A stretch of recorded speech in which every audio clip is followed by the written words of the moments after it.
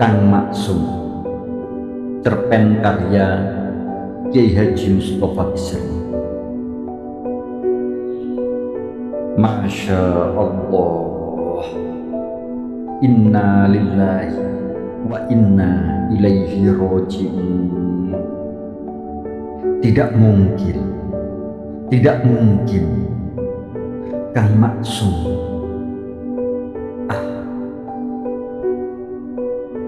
Berita itu cepat beredar. Berita yang benar-benar mengguncang kota, di mana-mana, di pasar, di warung-warung, di perkantoran, di sekolah-sekolah. Berita itu mendominasi pembicaraan. Seperti biasa, orang-orang pun asyik menduga-duga dan menganalisis. Waktu itu media massa cetak dan elektronik belum seperti sekarang. Seandainya itu terjadi sekarang, pastilah beritanya akan menjadi santapan gurih pers, akan menjadi perbincangan berhari-hari di media massa. Tinjauan dari berbagai sudut dan aspek pun akan ramai dilontarkan para pakar dan narasumber yang sengaja diundang. Untunglah waktu itu pers belum seperti sekarang. Jadi aku masih bisa menghindar dari pembicaraan tentang berita itu. Berhari-hari aku sengaja tidak keluar rumah agar tidak mendengar orang membicarakan berita itu. Rasanya aku belum bisa menerima hal itu terjadi pada diri Kang Maksum. Tapi bagaimana menghindar dari pembicaraan tentang peristiwa yang begitu dahsyat?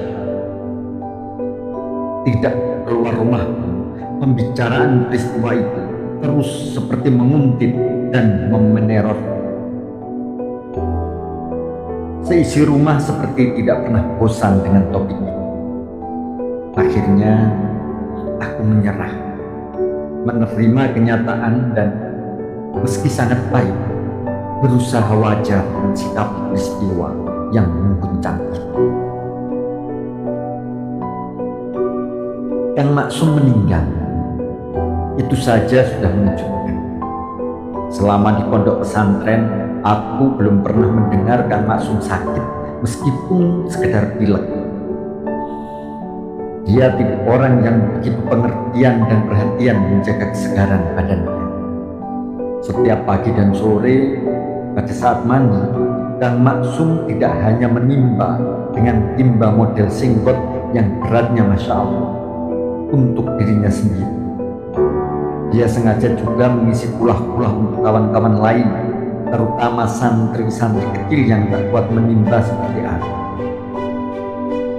Dia mengatakan bahwa apa yang dilakukannya itu tidak untuk kepentingannya sendiri. Ini membuat badanku sehat.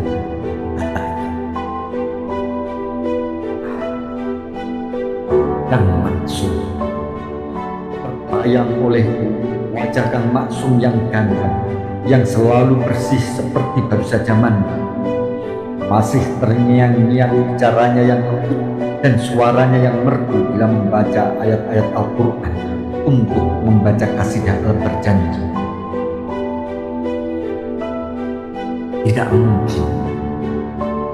Tidak mungkin Kang Maksum.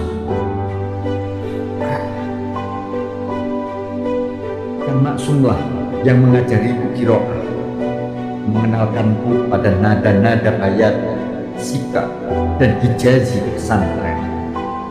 Kang Maksum juga yang sering memberi ijazah doa-doa dan berbagai wirid, mulai doa dan wirid agar mudah menghafal, agar tenang menghadapi setiap orang, agar hati tenteram, hingga doa aneh agar dapat melihat jin. Di pesantren kami, Kang Maksum memang dikenal sebagai santri senior yang memiliki suara merdu setiap malam Jumat saat berjanjian. Acara bersama-sama bersolawat Nabi dengan membaca karya Madah Syekh Ja'far Al-Berjanji. Santri-santri selalu menunggu giliran Kang Maksum membaca kasidah-kasidahnya, terutama saat melantunkan kasidah yang dimulai dengan Ya Rabbi Shalli ala Muhammad, Ya Rabbi Shalli alaihi wa sallim, atau Ya Rasulullah salamun alaik ya rafi'a syani wa daraji. Santri-santri lain yang kemudian bersemangat menyauti lantunan itu bersuara ngepas-ngepaskan suara mereka dengan irama lantunan Kang Maksum.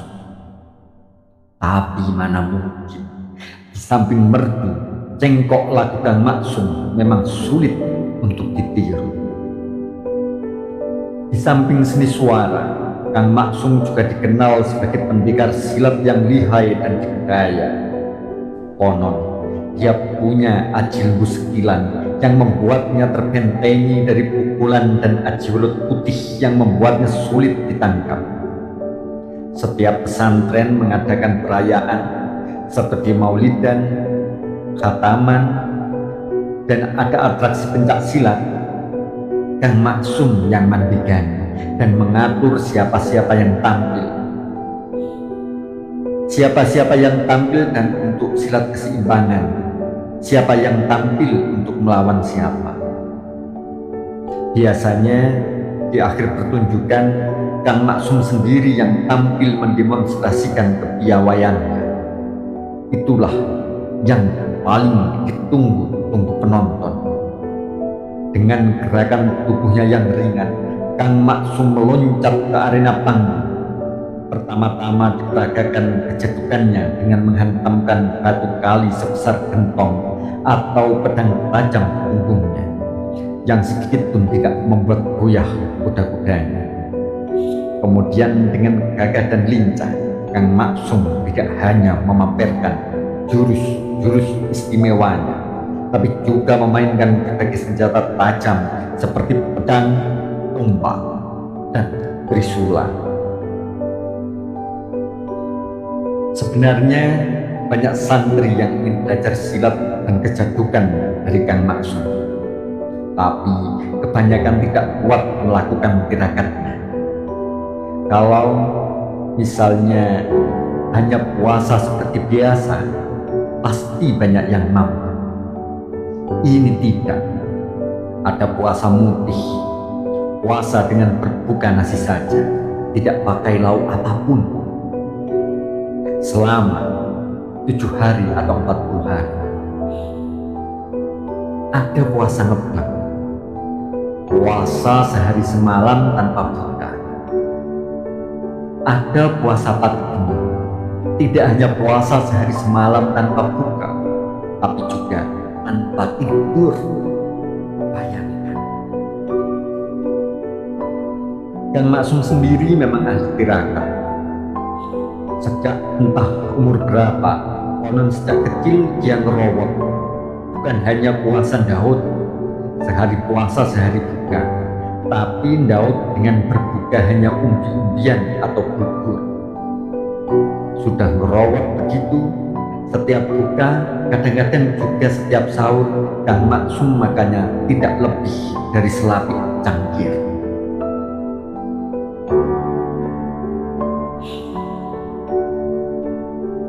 Kelihatan sekali Kang Sofwan, seniorku dan kawan akrab Kang Maksum di pondok pesantren, terburu-buru. Dengan singkat, dia menyampaikan berita itu. Cepat, sampean ke pakaian, katanya memerintah. Kita ke sana sekarang. Aku masih terguncang. La haula wala quwata illa billah. Bagaimana mungkin hal itu terjadi? Kang Maksum, rasanya tidak masuk akal. Cepat, Hardi Kang Sofwan tidak sabar. Sampai di rumah Kang Maksum, kami lihat sudah banyak orang yang datang. Beberapa di antaranya duduk di halaman dan sebagian lain yang kebanyakan kaum perempuan berada di dalam rumah. Semuanya diam atau berbisik-bisik. Sesekali isak tangis terdengar meningkahi bagai irama gaib. Mbah Ghazali, Modin paling tua di tempat kami, baru selesai melakukan tugasnya. Siapa yang pernah membayangkan Kang Maksum meninggal terlindas kereta api, tubuhnya menjadi 3 bagian? La haula wala quwata illa billah. Hanya karena keyakinan Mbah Modin Ghazali, jenazah itu dapat dipertanggungjawabkan. Tapi kepecahan hati ini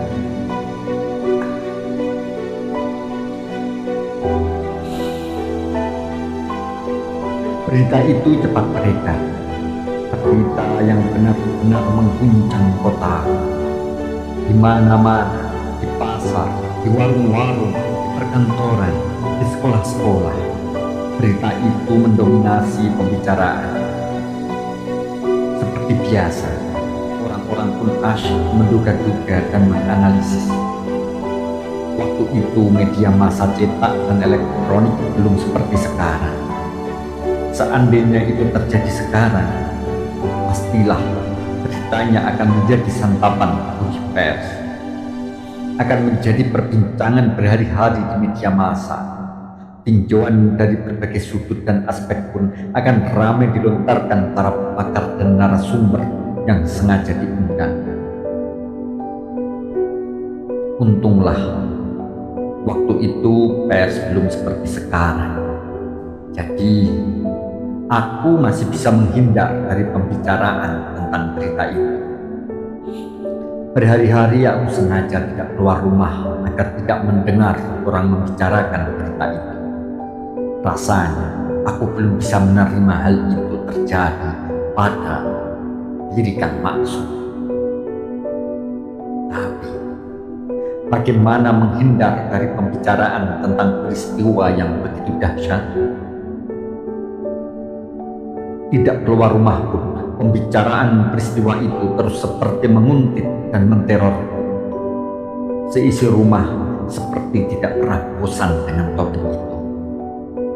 Akhirnya aku menyerah, menerima kenyataan, dan meski sangat pahit, berusaha wajar mensikapi peristiwa yang mengguncang itu.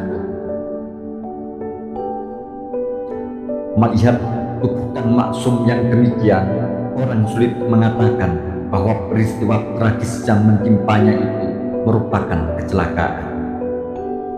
Lalu, pasti bunuh diri. Begitu kesimpulan orang-orang yang tidak mengenal Kang Maksum memastikan.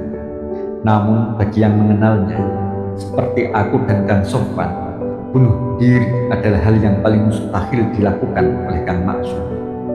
Di samping cukup memiliki pengetahuan agama, Kang Maksum orang yang mencintai kehidupan. Kang Yudi, alumnus pesantren kami yang lebih senior daripada Kang Maksum dan Kang Sofwan, mencoba meyakinkan bahwa almarhum Kang Maksum memang sengaja membiarkan dirinya dilindas kereta api untuk menjajal ilmu. Aku dengar sebelumnya Kang Maksum pernah membiarkan dirinya ditabrak sepeda, motor, trukar, dan truk. Dan sejauh itu dia selamat-selamat saja, tak kurang suatu apa. Jadi, lanjut Kang Yudi, kemungkinan besar itu merupakan kelanjutan dari uji coba tataran ilmu kekebalan Kang Maksum. Sayang, rupanya kali ini tidak berhasil. Mungkin banyak yang menerima kesimpulan Kang Yudi itu, tapi aku dan Kang Sofwan yang segairah dan kenal baik dengan Kang Maksum serta keluarganya tetap tak bisa menerima, tak ingin menerima. Tapi Jawa Pos 27 Januari 2012.